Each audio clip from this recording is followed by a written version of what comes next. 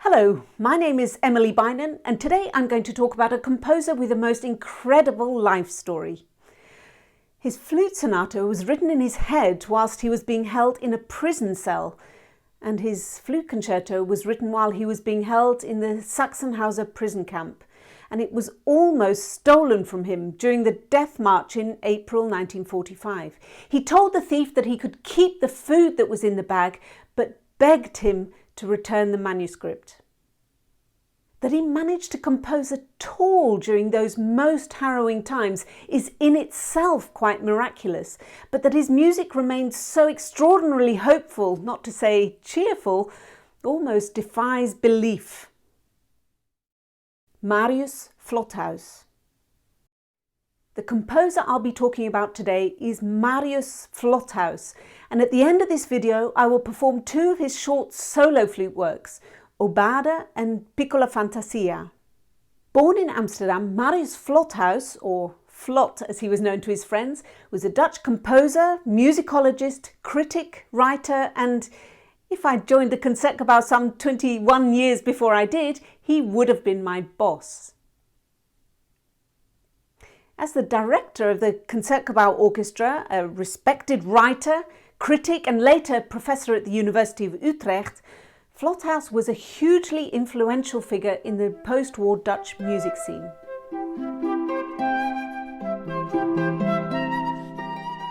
I first came into contact with Flothuis via his cadenzas for the Mozart G Major Concerto way back in 1985, which my teacher had recommended. Although I now play my own cadenzas for both flute concertos, mostly because it's expected of me, I still play his wonderful cadenzas for the Flute and Harp Concerto. Because Flothuis was, after all, a world-renowned Mozart expert. He wrote his first book on Mozart in 1940, and the following year his reconstruction of Süssmayer's completion of Mozart's Requiem was performed on the occasion of the 150th anniversary of Mozart's death. Much later, the subject of his 1969 doctoral thesis was Mozart's arrangements, both of his own works and those by other composers. And from 1980 until 1994, he was chairman of the Central Institute for Mozart Research in Salzburg.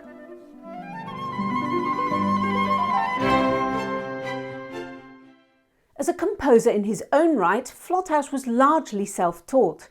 As a teenager, he'd been enormously encouraged by Hans Brandt, whose family name might be familiar to flute players from the beautiful Christmas Quintet in D major for flute and string quartet by his uncle, Jan Brandt.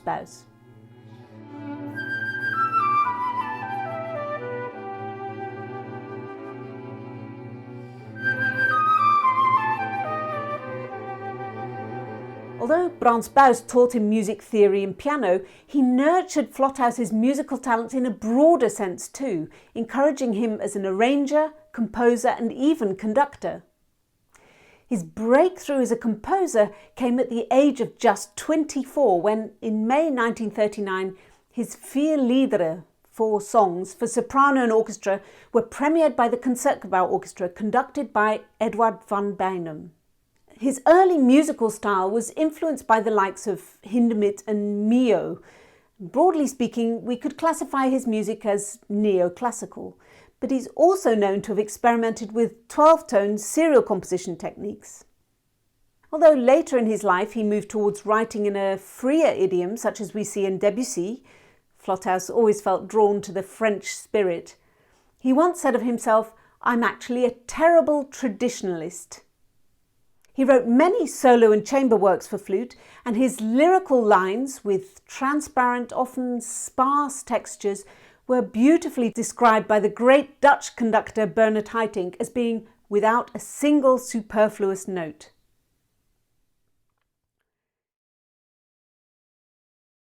As a teenager, encouraged by his history teacher, Flothuis became more and more politically aware and, together with his older brother Joop, even joined the left-wing Independent Socialist Party, the OSP. And this led to some pretty fierce discussions around the dinner table at home, since his father, the German teacher, had in 1931 become a secret member of the NSB, the National Socialist Movement, a quasi-Nazi party. You can imagine then his father's fury when Flothuis began dating Helena Leentje Sternheim, a young woman of half-Jewish descent. When they married in 1937, his father even refused to attend their wedding.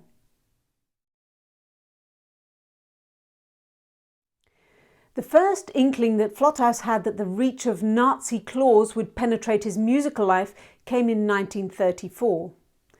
As a 20-year-old searching for the piano transcription of Kurt Weill's Threepenny Opera, he was told that it was no longer available and would not be reprinted. Being a prominent and popular Jewish composer, Weil was officially denounced for his populist views and sympathies, and he had become a target of the Nazi authorities. In 1937, Flothuis became assistant to the artistic director of the Concertgebouw, but once the Germans occupied the Netherlands in 1941, Flothuis's own career was in jeopardy too. In 1942, he refused to follow the anti-Semitic regulations of the occupying force and joined the Kulturkamer, the chamber of culture that issued the licenses artists had to have in order to be allowed to work in the occupied Netherlands. This meant he could no longer work for the Concertgebouw. Flothuis had already been active in the resistance. In addition to distributing pamphlets and hiding Jews in their house, he and Leentje had also hosted illegal concerts in their home to raise funds for the resistance. Flothuis was betrayed and on a Saturday afternoon, the 18th of September 1943, was arrested at home, Stadhouderskade 141, along with 5 others. For the next 2 months he was held in the Amstelveenseweg prison, where he composed the Sonata da Camera for flute and piano. As he himself said, without pencil, paper or instrument, it was all in my head.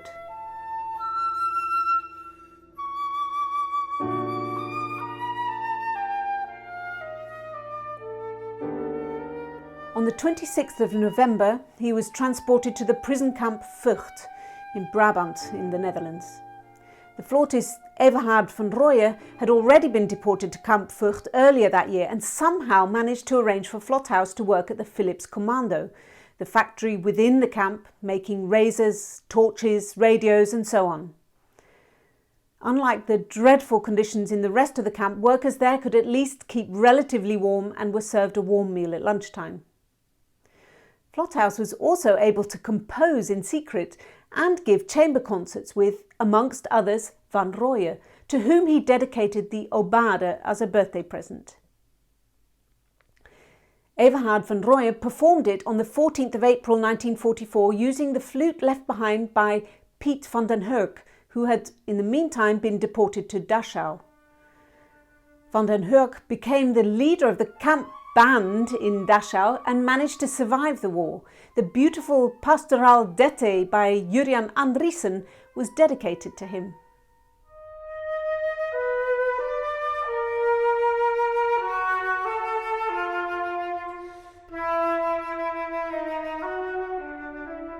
After the concert, in answer to Van Rooyen's performance of the Aubade from the men's camp over the camp loudspeakers, Ave Maria was heard, sung by the so-called Nightingale of Vught, Nachtegaal van Vught.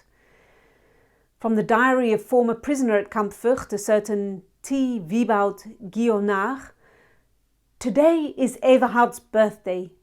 He played for his fellow prisoners the Aubade, composed by his friend Marius Flothuis in honour of his birthday." After the last notes, it was quiet, very quiet. Then, from the women's camp, the Ave Maria sounded, sung by the clear girl voice of Louise van der Montel. It's one of those moments when we prisoners of Camp Vught forgot reality. Despite these unbearable conditions, somehow Flothuis managed to keep composing, and one major work from this period was the Flute Concerto.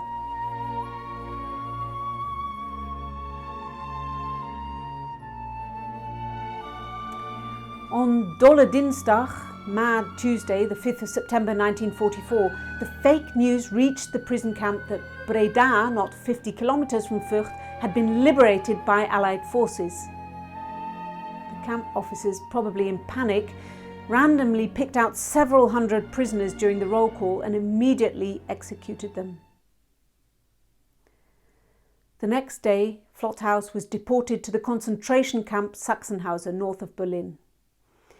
It is said that by mid-January 1945 there were more than 65,000 prisoners in the horrendous Sachsenhausen camp complex. On the night of the 20th of April 1945, with defeat clearly on the horizon, the camp's SS staff ordered 33,000 of the inmates on a forced march northwest. Most of the prisoners were physically exhausted and thousands didn't survive this death march. Those who collapsed en route were shot. It was during this horrific march that Flothuis's bag containing the manuscript of the Flute Concerto was stolen. Flothuis made it back to Amsterdam on the 29th of May 1945, only to hear that his mother had committed suicide the week before. Just over a week later, miraculously, he performed the premiere of a new work in the Concertgebouw. However, he was understandably in very poor health and suffered a severe bout of pleurisy, from which he recuperated in a care home in Doorn. The sheer physical resilience of this man is astonishing, and those who knew him said that despite the horrors that he endured during the war years, he remained quite unchanged. In later life, whenever a conflict arose, he would always choose calm, peaceful negotiations over aggression. What I find almost more amazing is that he knew who had betrayed him back in 1943, but never told anyone who it was. How he was physically able to compose whilst in the camps is of itself astonishing, but that his music during this extremely harrowing period remained so relatively cheerful comes from his belief that his music was, as he said, a counterbalance against all the horrors around him. This counterbalancing is precisely the hypothesis of my Project Paloma series. I see the flute as being perhaps a musical representation of innocence, simplicity and peace. And during the horrendous years of the Second World War, my supposition is that composers were consciously or subconsciously searching for a form of musical peace. Therefore, perhaps it's not such a coincidence that so many flute and piano masterpieces were written during this period. If you'd like to see some more information about the concerts and CD recordings I'm making over the coming 5 years, please take a look at projectpaloma.com. But now back to Marius Flothuis. Unfortunately, after the war, it took some time for Flothuis to be invited back to his pre-war position at the Concertgebouw. In the intervening years, he worked as a librarian for the music publishing house Donemus and as a music critic for the daily newspaper Het Vrije Volk, the Free People. And of course, he continued composing. In 1953, he was finally reinstated at the Concertgebouw Orchestra, initially as program editor and 2 years later as artistic director, a post he held until 1974. From that point until his retirement in 1982, he was Professor of Musicology at the University of Utrecht. I met Flothuis just once in November 1999, just after coming off stage having played the Mozart Flute and Harp Concerto with the Concertgebouw Orchestra conducted by Hans Vonk.